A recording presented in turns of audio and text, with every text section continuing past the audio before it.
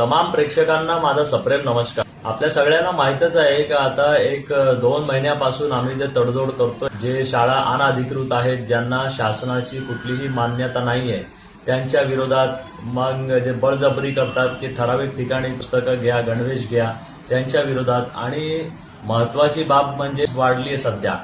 लोक ऍडमिशनला जेव्हा जातात तेव्हा त्यांना 5% सांगतात, त्याच्यानंतर 10 ते 12% फीस वाढून मग बळजबरी करतात पालकांवर। त्याच्या विरोधात जे काही आमची सगळी मोहीम सुरू आहे ते आम्ही जे आहे ते प्रशासन, अधिकारी आणि माननीय आपले शिक्षण मंत्रीपर्यंत पोहोचलोय।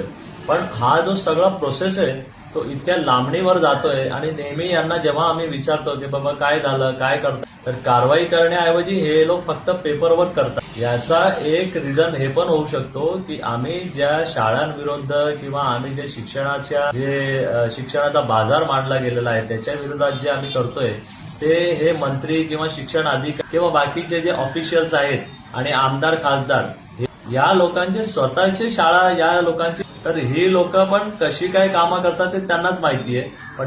पण जेव्हा आम्ही हे मोहीम काढली तर ही इन्क्वायरी मग सगळीकडे होणार। या इन्क्वायरी पासून बचण्यासाठी हे लोक काय करतायत की प्रोसेस एकदम स्लो करतायत। आपल्या पालकांना सगळ्यांना आता एकत्र होऊन याच्यावरती जोर देऊन हे काम करावं लागेल, तर सगळ्यांनाच आराम होणार आहे।